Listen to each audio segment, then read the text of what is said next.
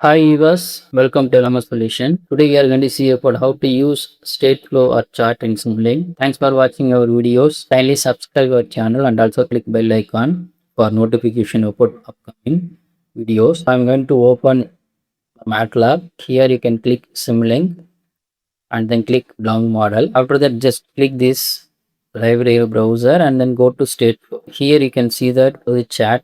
Here I'm going to generate the square wave. So based upon sinusoidal input, I'm going to provide sine wave as an input here,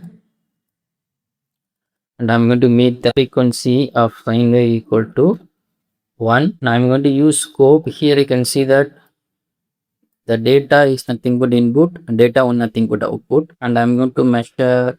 That means I'm going to combine the input and output here. Next I'm going to go to configuration and then I'm changing this value to 1 e power minus 5, and here I'm going to take settings. That means forward step equal to 2 lakhs, and then I'm going to click inside this chart. Here I'm going to create the condition. This condition is upper condition when the sinusoidal waveform is greater than upper limit, then it will be maintained at some value. That means is greater than 0.5, then output equal to 0.5.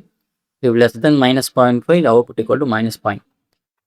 I'm going to consider data 1, which is equal to 0.5. This is the entry. I'm going to copy the same block. This is used for lower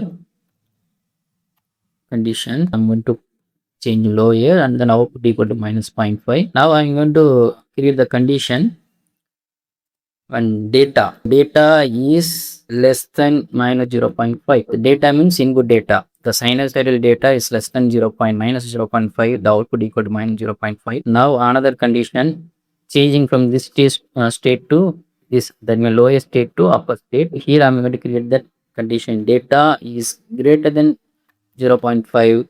Then output equal to 0.5. Based upon this condition, we will get the square wave with amplitude in between 0.5 to minus 5. Next, I'm going to change the style of the scope,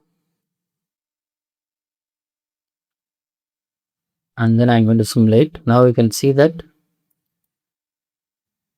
when amplitude of input sine wave is greater than 0.5, it going to be maintained at 0.5. When amplitude of sine wave is less than minus 0.5, it going to be maintained at minus 0.5. We are getting the square wave based upon the condition.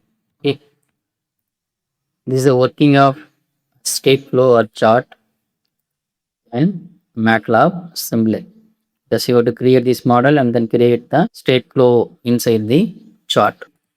Thanks for watching our videos. Kindly subscribe our channel and also click bell icon for notification about upcoming videos. Thank you so much. Bye bye.